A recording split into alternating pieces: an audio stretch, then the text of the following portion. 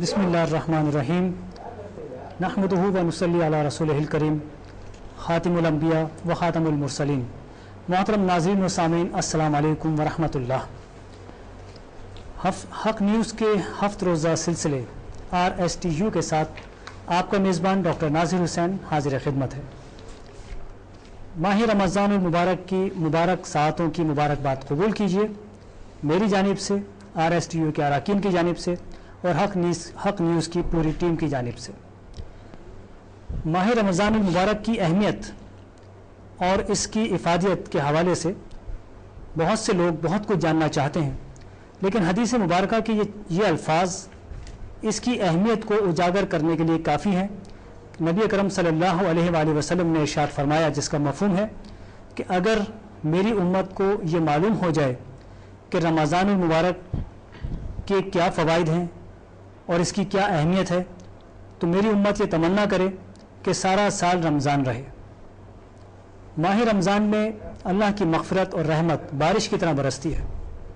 اللہ تعالیٰ نے رمضان المبارک میں کیا کیا فوائد اور کون سے اجر و ثواب کے خزانے پوشیدہ کیے ہیں، اس پر گفتگو کے لیے ہمارے ساتھ علماء کرام موجود ہیں. ان کا تعارف کراتے ہیں.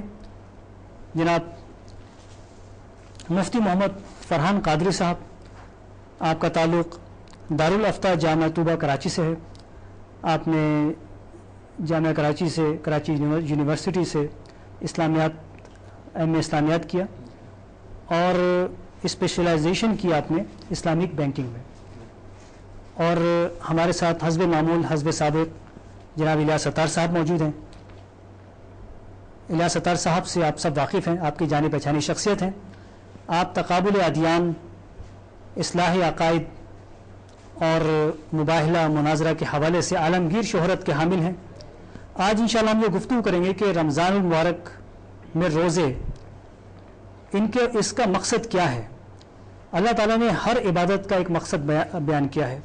احادیث میں اس کے مقاصد اور اس کے فوائد بیان ہوئے ہیں، لیکن روزہ خاص طور سے فرض کیا گیا، بڑے اہتمام نظر آتا ہے بہت اس عبادت میں. تو الیاس ستار صاحب سے پہلا سوال میرا یہ ہے کہ روزے کا مقصد، اس کی آبجیکٹیوٹی کیا ہے؟ اعوذ باللہ من الشیطان الرجیم، بسم اللہ الرحمن الرحیم، نحمدہ و نصلی علی رسول الکریم، انشاءاللہ ماشاءاللہ سبحان اللہ. روزے کا جو قرآن مجید میں جو آرڈر آیا، جب سورہ بقرہ کا آیت نمبر 183 ہے، اس میں اللہ تعالیٰ فرما رہے ہیں کہ جیسے پہلے لوگوں کو اوپر میں روزہ فرض تھا، تم پر بھی فرض کیا گیا تاکہ تم اللہ متقی بنو، تقوی اختیار کرو، اللہ سے ڈرو. مزے کی بات یہ ہے کہ رمضان المبارک میں قرآن شریف کا نزول ہوا، اور قرآن شریف کا اور روزے کے لیے بولا کہ تاکہ تم متقی بنو. اور قرآن شریف کا سورہ فاتحہ کے بعد سورہ بقرہ کا جو ابتدا ہے، الف لام میم ذالک الکتاب لا ریب فیہ ھدی للمتقین، کہ یہ قرآن شریف متقی کے لیے متقی کو ہدایت دے گا. تو مزے کی بات یہ ہے کہ رمضان میں روزہ رکھے گا تو متقی ہوگا تو قرآن شریف سے ہدایت ملے گی. سبحان اللہ، سمجھے نا.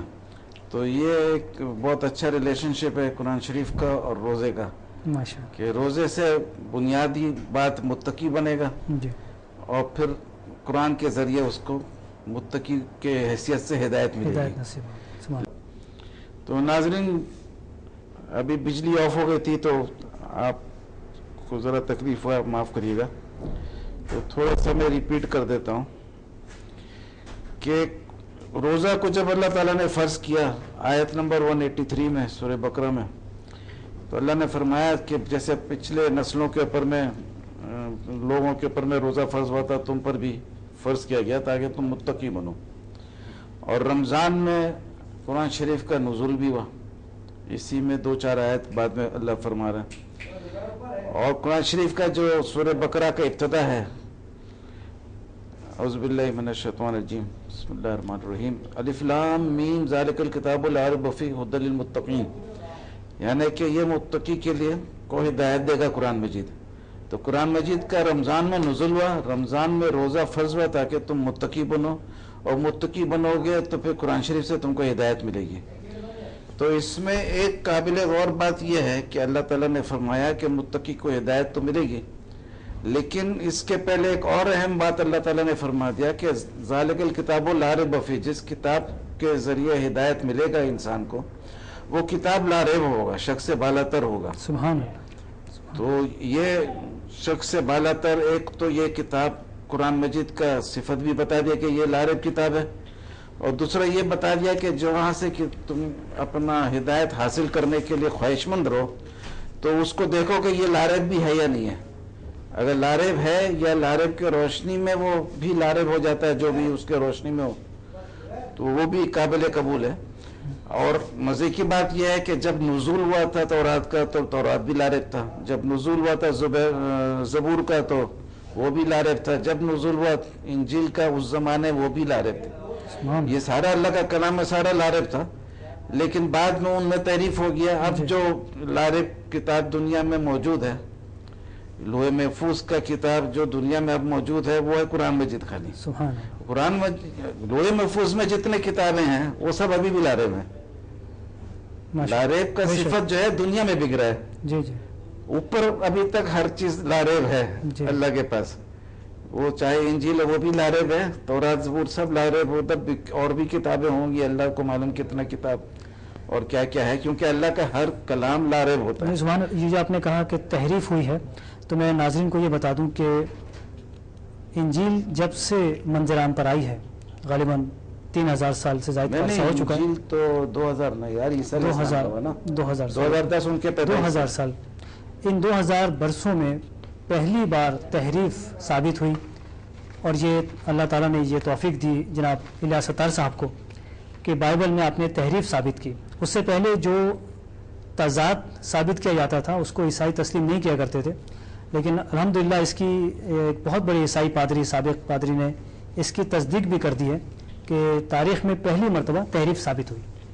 جی تضاد تو بہت ثابت ہوا، لیکن تحریف پہلے آپ کے ہاتھوں ماشاءاللہ یہ کام انجام پایا. وہ تو اور یہ بات ہے کہ بھئی رمضان میں آج تو ہمارے ساتھ ایک اچھے عالم صاحب بیٹھے ہیں، جی تو ان کے طرف رمضان کے بارے میں جائیں گے. جی ماشاءاللہ کچھ بتائیں. ہمارے ساتھ مفتی محمد فرمان قادری صاحب موجود ہیں، اور آپ سے گزارش یہ ہے کہ رمضان مبارک جس قدر مبارک ساعت ہے اس میں ہے، اس کا ہر سیکنڈ اور ہر لمحہ مغفرت اور رحمت کی بارشوں کی زد میں ہے.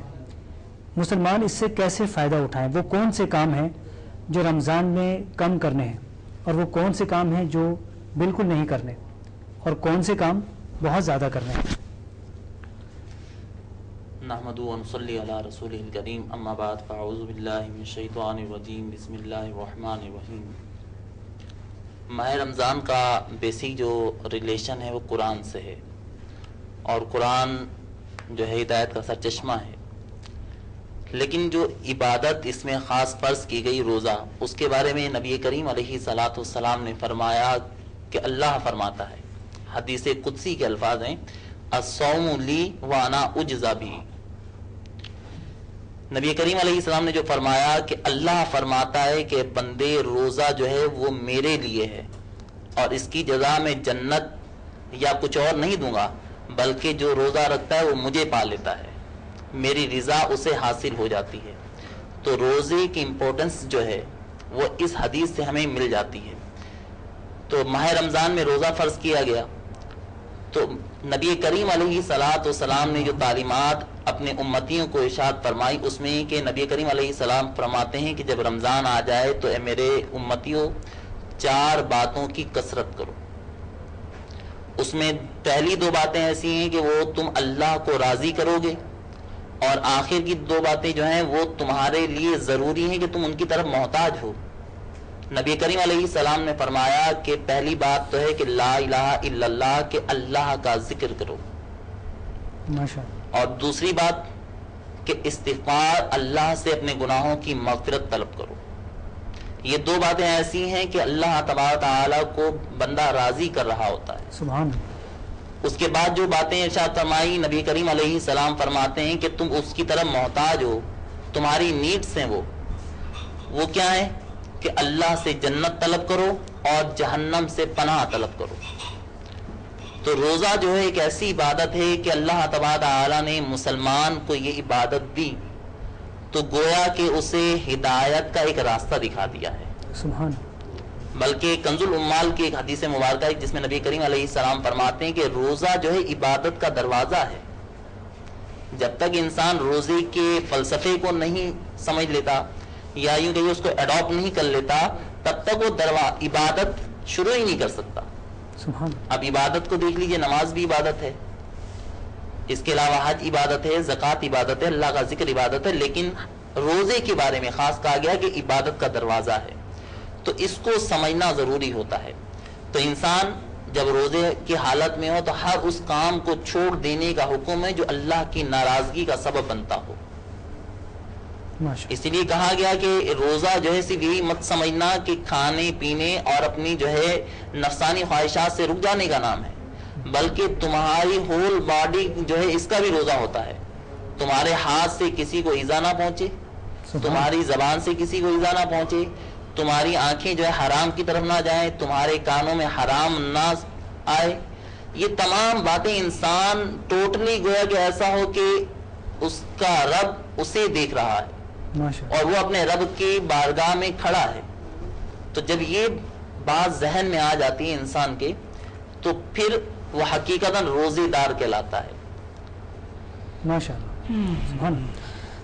آج پہلی تراویح تھی، ہم سب ابھی تراویح الحمدللہ اللہ نے توفیق دی اور تراویح ادا کر کے پہنچے ہیں. تو ایک آیت آئی جو سنتے ہیں اکثر لیکن رمضان میں اس آیت کا اپنا مزہ ہے. بسم اللہ الرحمن الرحیم، وہ جس میں رمضان میں قرآن کے نازل ہونے کا ذکر ہے. شہر رمضان الذی انزل فیہ القرآن. جب یہ آیت آئی تو میرے ذہن میں یہ بات آئی کہ اللہ تعالیٰ نے قرآن نازل کیا اس مہینے میں، اور الہ ستار صاحب نے تو بہت تحقیق کی ہے قرآن کے حوالے سے اور ایک نئے انداز سے قرآن کو متعارف کرانے کے لیے مسلمانوں کی عرصے سے تربیت کر رہے ہیں.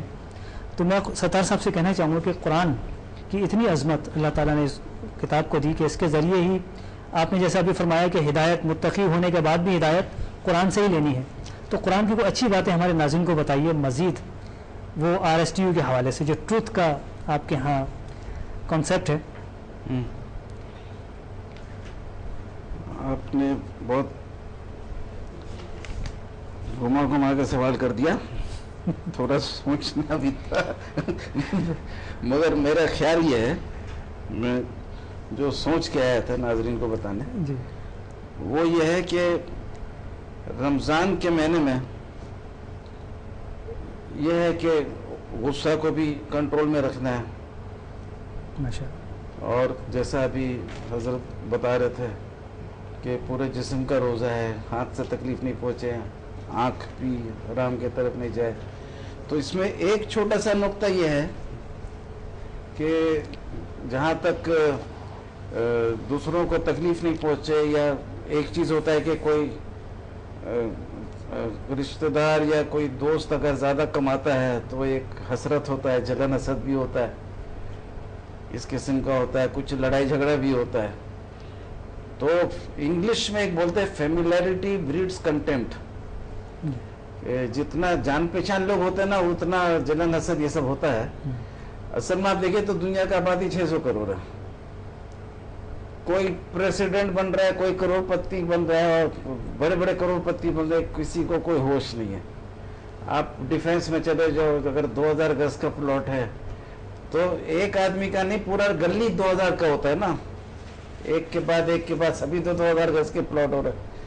تو وہ کسی کو ہر کوئی سمجھتا ہے کہ میں نے تیر مار لیا، لیکن تیر کوئی نہیں مارا تو سارے ہی 2000 گز کے پلاٹس ہیں. تو یہ اصل میں دنیا میں حسد وسد جو ہوتا ہے وہ جان پہچان کے لوگوں سے ہوتا ہے. تو میرا یہ فارمولا رہا ہے کہ آدمی جب بچوں کا شادی کرتا ہے یا اپنا بھی کرے تو شادی میں کم پیسہ ہے تو 100-150 آدمی سے متفق ہو جاتا ہے، یا اس سے بھی کم سے. تھوڑا زیادہ ہے تو 400-500 کو بلا لیتا ہے، اور زیادہ ہے تو 1000-1500-2000 کو بلا لیتا ہے. اس سے اوپر بہت ہی ریئر کیسز ہوتا ہے، اب وہ بھی چند ہزار میں ہوتا ہے. حالانکہ دنیا کا آبادی 600 کروڑ ہے. ابھی تک 1 لاکھ کا بھی کوئی مجمع نہیں ہوتا شادی میں، سنا تو نہیں ہے کوئی. اگر کبھی 1-2 دفعہ کوئی کر لیا تو الگ بات ہے.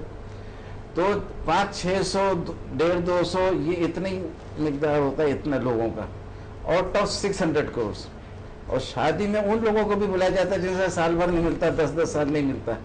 پرانے دوست کو یاد رہتا ہے اس کو بھی بلا لیتا ہے، جس کے کبھی گھر نہیں گیا ہے، کوئی پڑوس میں بھی ہے جس کے گھر میں بھی آنا جانا نہیں، اس کو بھی بلا لیتا ہے کہ یہ موقع ہے اس کو بلا لو. تو اب یہ ہے کہ اگر کسی کو غصہ آ رہا ہو، کسی سے لڑائی جھگڑا ہو رہا ہے، تو بہتر یہ ہے کہ لڑائی جھگڑا نہیں کرے، اس کو اپنے 150 200 500 کے فہرست سے نکال کے 600 کروڑ کے فہرست میں ڈال دیں کہ جواب میں تمہیں جانتے ہی نہیں، سبحان اللہ، ہے نا، تاکہ وہ لڑائی جھگڑے کا جڑ سے ختم ہو جائے.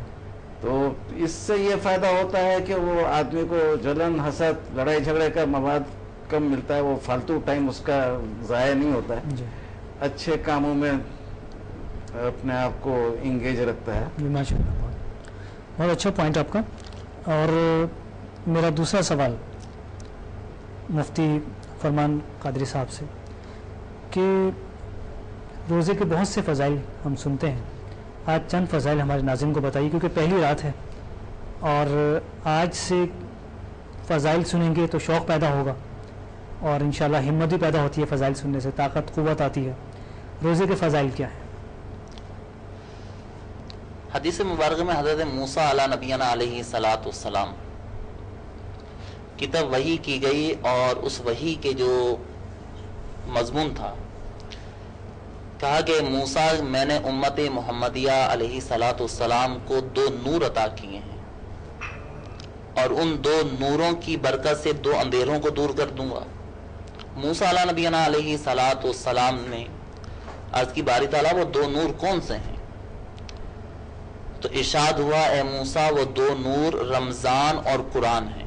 سبحان اللہ، کہ یہ امت محمدیہ علیہ صلاۃ والسلام کو میں نے دیے، اور ان 2 نوروں کی برکت سے میں قبر اور حشر کے اندھیروں کو دور کر دوں گا. اللہ، یعنی روزہ دیا گیا تاکہ آخرت کا جو اندھیرا ہے وہ دور کر دیا جائے، سبحان اللہ، اور قرآن کی برکت سے جو ہے قبر کا نور اندھیرا جو ہے وہ دور ہو جائے گا. ماشاء اللہ. پھر دیکھیے انسان جو ہے یہ محتاج ہے، اللہ رب العالمین بے نیاز ہے، لیکن روزہ ایک ایسی عبادت ہے کہ جو انسان کو جو ہے اپنے خالق کی صفت اپنانے اور اس کو جو ہے اختیار کرنے پر مائل کرتی ہے. میرا رب کھاتا پیتا نہیں ہے، وہ تمام کائنات کو کھلاتا ہے، لیکن جب انسان بھوکا پیاسا رہتا ہے تو وہ اپنے رب کی صفت کو جو ہے وہ اپنا رہا ہوتا ہے. اور انسان جب 7-8 گھنٹے بھوکا رہتا ہے تو اس کے مطلب بھوک کی وجہ سے اس کے منہ میں جو بھوک پیدا ہوتی ہے.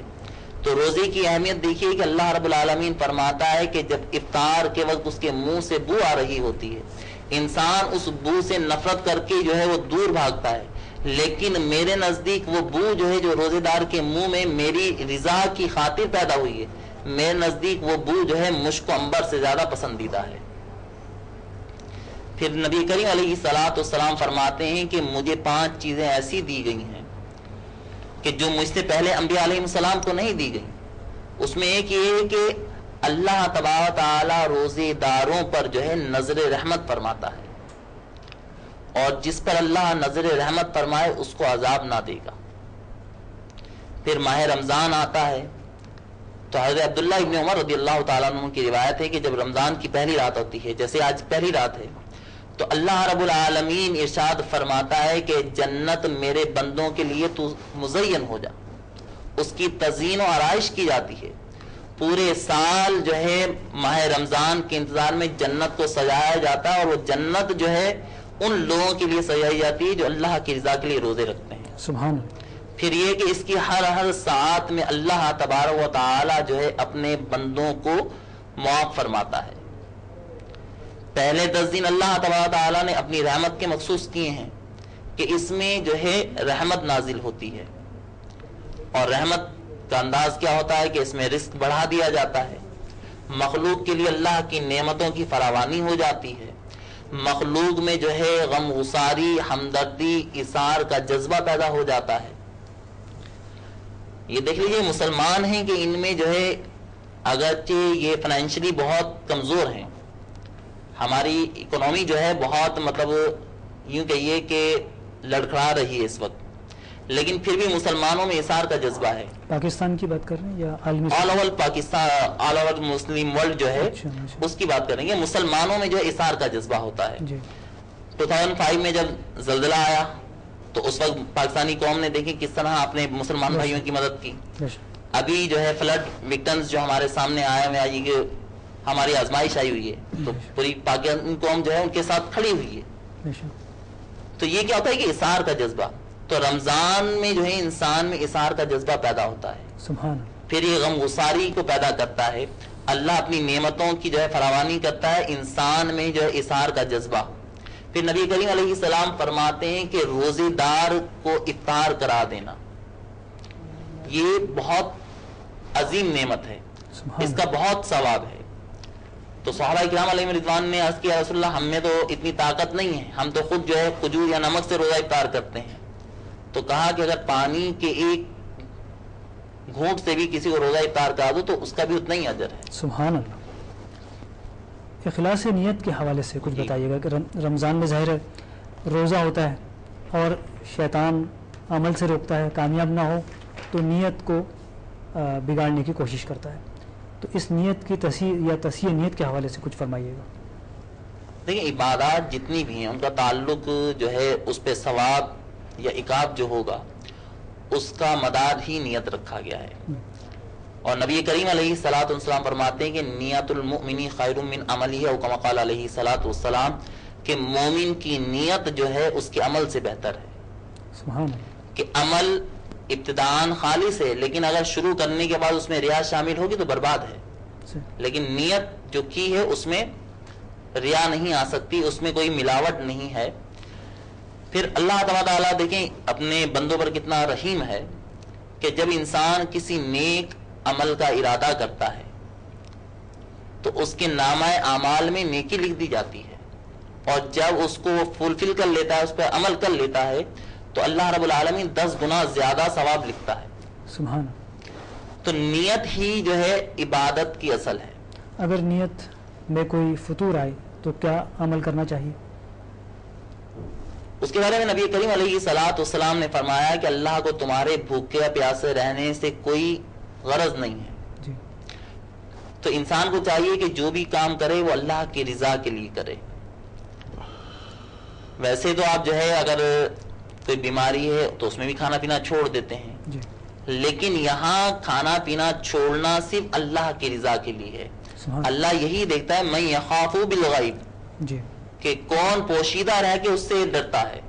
آپ کے سامنے کھانا رکھا ہوا ہے، بند کمرے میں ہے، لیکن جب آپ نے سحری کر لی اور وقت فجر سے پہلے کھانا پینا بند کر دیا تھا، اب آپ افطار تک صرف اس رب العالمین کی وجہ سے پانی کوئی دیکھنے والا نہیں ہے. جی. لیکن پانی نہیں پی رہے. سبحان اللہ. جی. کیوں؟ کہ اللہ نے حکم دیا روزہ رکھو، اس کی اطاعت ہے. اور بالکل ماشاءاللہ بہت اچھا جواب. ویسے بزرگ یہ بھی کہتے ہیں کہ اگر نیت میں کوئی فطور شیطان کی طرف سے آئے تو استغفار پڑھ کے اللہ تعالیٰ کو راضی کرتا رہے، اپنی نیت کو چیک کرتا رہے عمل کے شروع میں، درمیان میں، آخر میں ہر نیکی کے آخر میں استغفار کر کے اس کو مقبول کرا لے. یہاں ایک بات بتا دوں کہ حضرت ابو ہریرہ رضی اللہ تعالیٰ کے بارے میں آیا کہ سرکار علیہ الصلوۃ والسلام کی بارگاہ میں حاضر ہوئے اور عرض کرتے ہیں کہ رسول اللہ صلی اللہ تعالیٰ علیہ وسلم میں نماز پڑھتا ہوں اور مجھے بار بار یہ خیال آتا ہے کہ میری نماز نہیں ہوئی. اب نماز نہ ہونا یہ ایک عبادت ہے، اس میں شیطان نے خلل ڈالا. جی. تو سرکار علیہ السلام نے فرمایا کہ اے ابو ہریرہ اب اگر یہ بات آئے تو کہہ دینا کہ میری نماز ہوئی نہ ہوئی میں نماز پڑھتا رہوں گا. اللہ. سبحان. یعنی شیطان کا کام تو یہی ہے لیکن عمل سے نہ روکے. عمل سے نہ رکے. سبحان اللہ. ماشاءاللہ. یہ سب علم کی بات ہے جس طرح مفتی صاحب نے ہمیں معلومات دی. علم کی اہمیت پر الیاس ستار صاحب کے بہت خوبصورت الفاظ ہم سننا چاہیں گے. علم کی کیا اہمیت ہے؟ علم کا ایک نقطہ میرے ذہن میں تھا آج سنانے کا.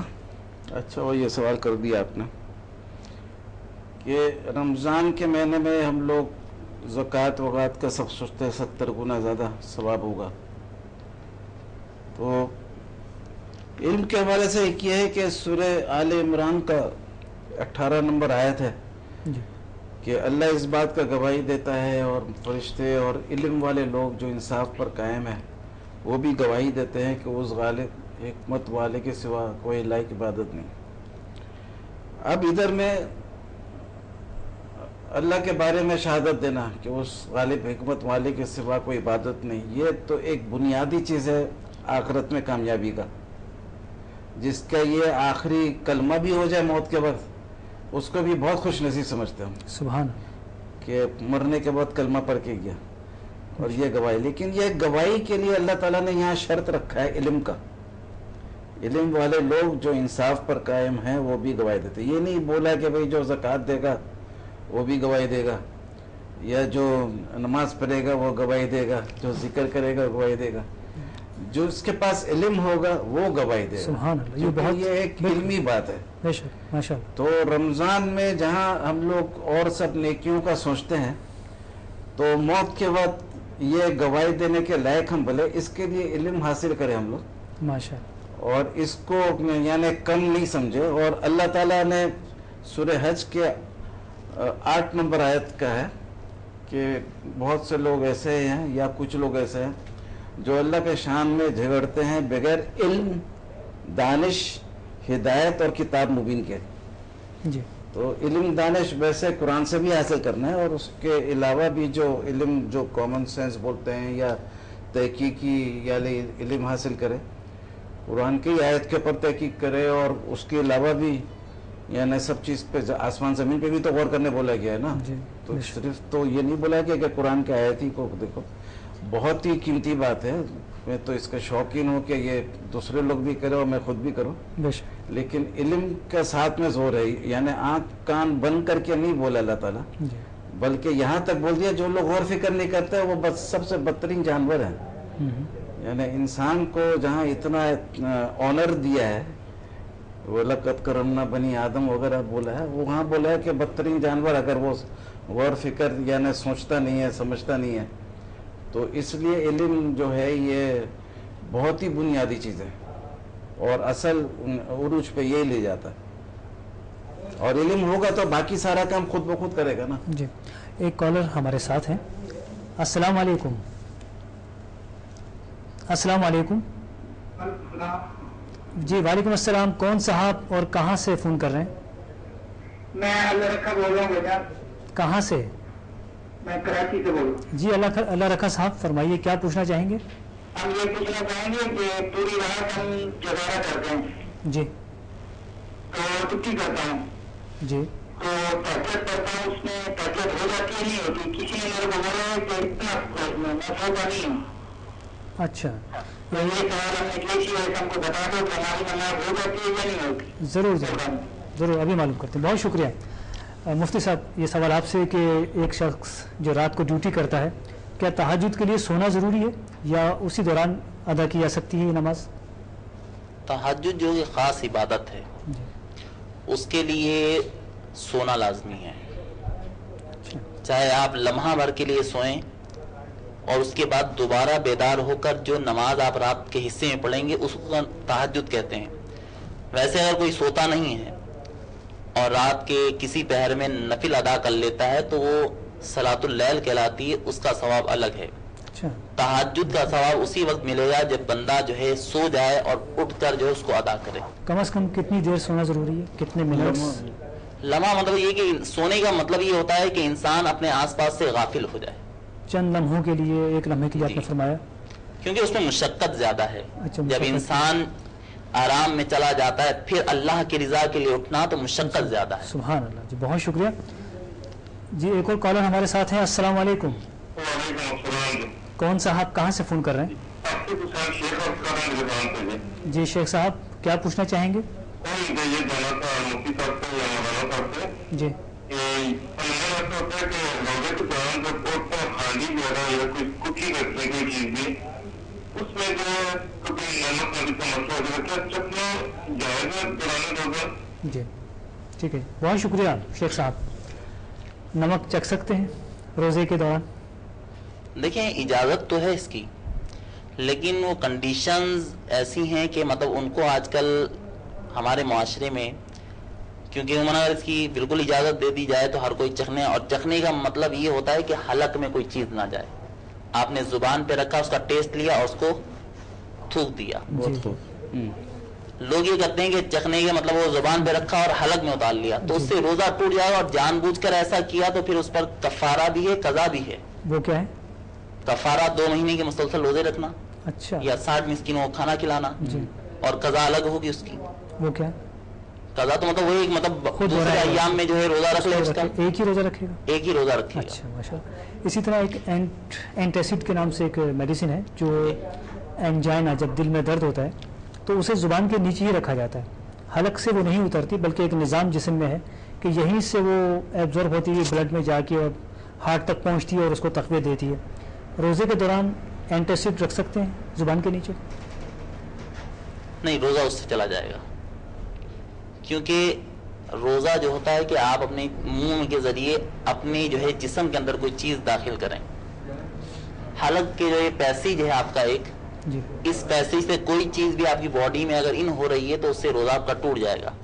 ہاں اگر ایسی کنڈیشن ہے مریض کے لیے مطلب وہ برداشت نہیں کر پا رہا اور وہ ٹیبلٹ لیتا ہے تو پھر اس پر قضا ہوگی، کفارہ نہیں ہوگا. اچھا جی، بہت شکریہ. اب ایک اور سوال کہ ہم نے یہ تو بتا دیا کہ فضائل کیا ہیں، جی کچھ ایسی کنڈیشنز آ جاتی ہیں، ایسی سچویشن ہوتی ہے کہ انسان سفر میں ہے یا مریض ہے، یہ اس کی تفصیل بتائیے گا کہ روزے سے استثناء کیسے حاصل ہے؟ رمضان کے روزے کی بات کر. اللہ رب العالمین فرماتا ہے فمن کان منکم مرضی او علی سفر فعدۃ من ایام اخر، جی، کہ تم میں سے اگر کوئی مریض ہے یا حالت سفر میں ہے تو اس کو اجازت ہے کہ وہ روزہ چھوڑ دے اور دوسرے ایام میں 11 مہینوں میں جس دن میں مطلب اس کو سہولت ہو ان میں روزے کی قضا کر لے. سفر میں مطلب روزہ نہ رکھنا یہ مطلب نہیں ہے کہ انسان چھوڑ ہی دے، صرف اس کی رخصت ہے. اگر انسان سفر آج کل جیسے کہ نارملی جو ہے سفر ہے، اگر جو شریعت مطہرہ نے جو مطلب ایک مسافت رکھی ہے، ڈسٹینس رکھا ہے، کتنا؟ 92 کلومیٹرز آج کل مطلب ویسے تو جو ہے 3 دن کے ایام، 3 دن کی جو ہے مسافت کی راہ جو ہوتی ہے اس کو آج اگر ہم اپنے مطلب اس زمانے میں دیکھیں تو 92 کلومیٹر یا 95 کلومیٹرز بنتا ہے. تو آپ ودن 2 آورز کو مطلب ٹریول کر سکتے ہیں اس ڈسٹینس کو. تو اور آج کل جو سہولیات ہیں، ایئر کنڈیشن گاڑیاں ہیں، سب کچھ ہیں. تو شریعت مطہرہ نے جو ہے ایسا نہیں کیا کہ انسان کو بالکل باؤنڈ کر دیا ہے. ہاں رخصت دی ہے، اگر کوئی مسافر روزہ نہ رکھنا چاہتا ہے تو وہ دوسرے ایام میں رکھ لے، رخصت ہے یہ، اور رکھ لیتا ہے تو روزہ ہو جائے گا اس کا.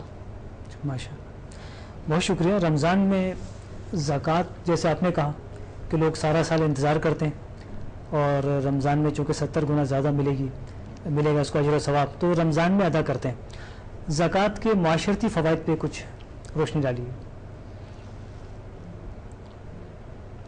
زکوٰۃ تو بہت ہی زبردست آئٹم ہے کہ ہر آدمی 2.5% تو منیمم کا ہے، جی، وہ اپنے طرف سے زیادہ کرتے اور بھی افضل بات ہے، خیرات کے لائے گا. لیکن زکوٰۃ اگر 2.5% بھی ہر کوئی صحیح طریقے سے دے دے تو میرا خیال ہے کہ غربت نہیں رہے گا ملک میں. یعنی اس ٹائپ کا کہ بھوک سے مر رہا ہو یا پہننے کو کپڑا نہیں ہو یا بچوں کو تعلیم نہیں دے سک رہا ہو، یعنی ہر کوئی اس لائق ہو جائے گا کہ ضرورت زندگی جو اس کو اچھے طریقے سے پورا کرے، جی، احسن طریقے سے. تو یہ میرے خیال سے بہت ہی اچھا خوبصورت نظام ہے. بلکہ باہر ملکوں میں تو یورپین امریکہ وغیرہ میں ایک قسم کا زکوٰۃ کا لفظ استعمال نہیں ہوتا، لیکن اس قسم کا نظام ہے. وہاں پر ہی ٹیکسز بھی جو لیتے ہیں وہ عوام کے پر خرچ ہوتا ہے. جی جی، یہاں تو ٹیکسز ویکسز سب ایک دم ویکسس ہو گیا ہے، موم بتی بنا دی ہے. مطلب بینکس کل بند ہوں گے جمعرات کو، اور وہ لوگ جن کی رقم جمع ہے ان کی زکوٰۃ کو اس میں سے منہا کیا جائے گا. یہ اقدام درست ہے؟ دیکھیں کنونشنل بینکس جو مطلب کٹوتی کرتے ہیں زکوٰۃ کی، زکوٰۃ یہ نہیں کہ آپ کے پاس ایک دن کے لیے رقم آئی اور اس میں سے آپ نے زکوٰۃ دینی ہے. اور سب ایک کالر ہمارے ساتھ ہیں. السلام علیکم. وعلیکم السلام. جی، کون صاحب کہاں سے فون کر رہے ہیں؟ جی میں محمد اشرف کراچی سے بات کر رہا ہوں. کیا پوچھنا چاہیں گے محمد اشرف صاحب؟ جی میرا سوال یہ ہے کہ قیام کے اندر بندہ الحمد شریف یا سورت ملانا بھول جائے تو اس صورت میں کیا کریں گے؟ اور یہ قرات جو ہے اس کے ضمن میں سورہ فاتحہ آتی ہے یا سورت ملانا آتی ہے؟ جی مفتی صاحب سے فرمائیے کہ اس کا تفصیلی مجھے جواب دیجیے. جی ضرور. اللہ کے علم میں اضافہ فرمائے. بہت شکریہ آپ کی کال کا. جی مفتی صاحب قیام کے دوران میرے بھائی جو آپ نے سوال پوچھا ہے کہ سورہ فاتحہ اور اس کے ساتھ ایک بڑی آیت یا 3 چھوٹی آیتیں پڑھنا یہ واجبات نماز میں سے ہیں.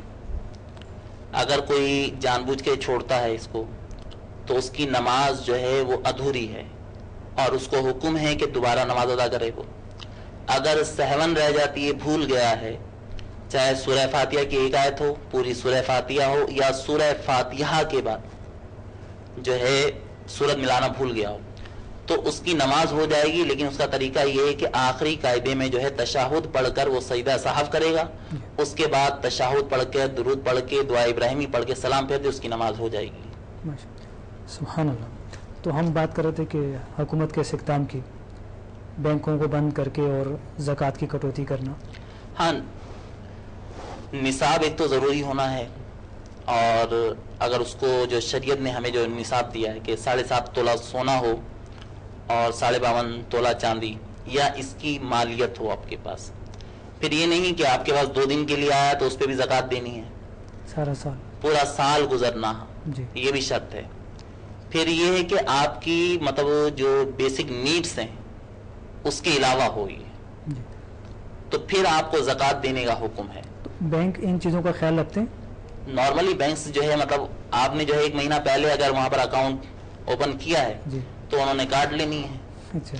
پھر زکوٰۃ دیکھیں یہ ہوتا ہے کسی کو مالک بنا دینا، اچھا. کسی ایسے بندے کو جو مطلب زکوٰۃ لینے کا حقدار ہو. جی. اب بینکس نے کاٹ لی زکوٰۃ، اب اس کا کیا کر رہے ہیں آپ کو نہیں معلوم. تو یہی ہے کہ مطلب اگر بینکس زکوٰۃ کاٹتے ہیں تو زکوٰۃ اس میں ادا نہیں ہوگی. انسان کو چاہیے کہ اپنے طور پر جو ہے وہ کسی مستحق کو جو زکوٰۃ لینے کا حقدار ہو اس کو زکوٰۃ ادا کر دے. ماشاء اللہ. RSTU جتنا رمضان سے پہلے ضروری ہے رمضان میں بھی اتنا ہی ضروری ہے. تو آپ بتائیے کہ رمضان میں RSTU کا کیا انداز ہونا چاہیے؟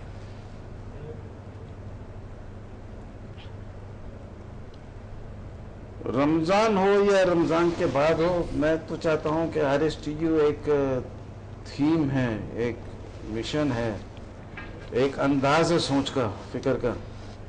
اگر یہ کسی کے روح میں، دل میں اور دماغ میں بس جائے تو وہ خود چلتا پھرتا RSTU بن جائے گا. سبحان. اور اس کے لیے ضروری ہے کہ علم میں اضافہ ہو. جی.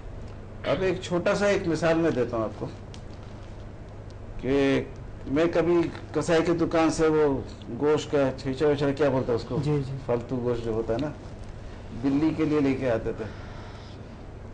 بلکہ ایک بلی گھر میں پریگننٹ تھی تو میرے کو بیچاری کے اوپر افسوس، میرے گیلری میں تھی تو میرے کو افسوس آیا کہ انسان کا اگر کوئی عورت ایسا پریگننٹ ہو تو کتنا احتیاط کرتی، یہ بیچاری کو مصیبت میں. تو اس کے لیے میں نے تھوڑا سا کسائی کی دکان سے 10 روپے کا لے آیا تھا. میں معذرت چاہوں گا، ایک کالر آپ سے کچھ پوچھنا چاہتے ہیں. السلام علیکم.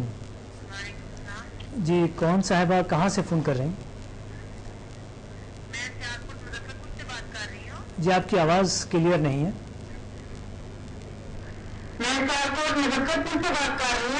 جی جی فرمائیے. اپنے ٹی وی کی آواز بند کر دیجیے گا. تو میرے ہم تو وہ کرسچن ہے جی. تو ان کی میں مدد کرتی ہوں، لحاظ سے وہ بہت ہی غریب ہے. تو کیا اس رمضان میں یا رمضان کے علاوہ ان کی مدد کرنا ہمیں اہل سنت میں یا کسی بھی مادے میں تو جائز ہے نہیں؟ بہت شکریہ. کچھ اور معلوم کرنا چاہیں گے آپ؟ جی اور میں یہ معلوم کرنا چاہتی ہوں کہ ابھی مجھے اس کے جواب سے میں پھر کال کر دوں گی. بہت شکریہ آپ کی کال کا، جزاک اللہ. مفتی صاحب غیر مسلم کی مدد جاری رکھی جائے رمضان میں بھی؟ دیکھیے مدد کرنا جو ہے اسلام صرف یہ نہیں کہتا کہ مسلمان کے ساتھ بھلائی کریں جی، بلکہ اللہ نے فرمایا قولوا للناس حسنا، سبحان اللہ، تمام انسانیت کے لیے. بے شک. اسلام تو مطلب عالمگیر مذہب ہے، بے شک. تو جائز طریقے سے اگر آپ کسی غیر مسلم کی مدد کرتے ہیں، وہ بھی صدقات واجبہ سے نہیں، زکوٰۃ نہیں دے سکتے آپ، صدقہ فطر نہیں دے سکتے، ویسے ہی اگر محتاج ہے اس کو کھانا کھلا دیں، جی، اگر حاجت مند ہے اس کی حاجت پوری کر دیں. اور اس میں بھی یہ خیال رکھنا ضروری ہوتا ہے کہ وہ شخص جس کی آپ مدد کر رہے ہیں وہ اسلام کے خلاف کسی سرگرمی میں ملوث نہ ہو.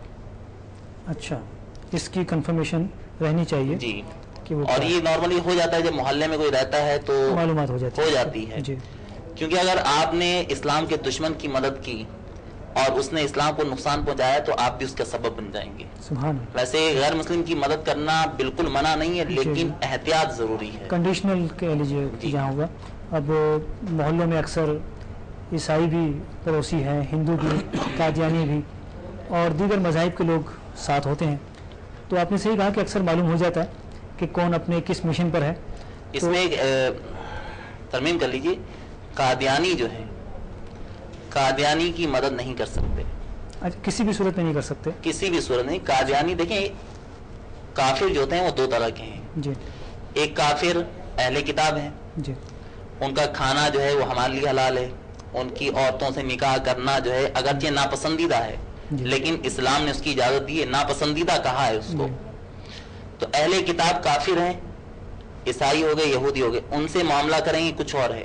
لیکن ایک ایسا شخص جو کہ مسلمان تھا اور اس نے کفر کر لیا جی. تو اس کو مرتد کہتے ہیں. مرتد کی کسی صورت میں مدد نہیں کر سکتے. اچھا. آپ کے سامنے سسک کے مرتا ہے، مر جائے، اچھا، اس کی مدد کرنے کی اجازت نہیں ہے. بہت شکریہ. RSTU کے حوالے سے آپ کچھ کہہ رہے تھے. لیکن ایک اس کے پہلے ایک چھوٹا سا سوال میں جی کر لوں گا. جی، مجھے معلوم ہے آپ سوال کرنا چاہ رہے ہیں اس وقت. ہاں، کہ جی. مرتد میرے خیال سے اس کو بولتے ہیں جو مسلمان ہو اور بعد میں چینج ہو جائے. جی. اسی کو بولتے ہیں نا. اگر کوئی انسان مسلمان تھا اور کرسچن بن جائے وہ بھی مرتد کہلائے گا. جی. لیکن جو کرسچن کے یہاں پیدا ہو رہا ہے وہ کرسچن کہلائے گا، وہ مرتد نہیں کہلائے گا. نہیں.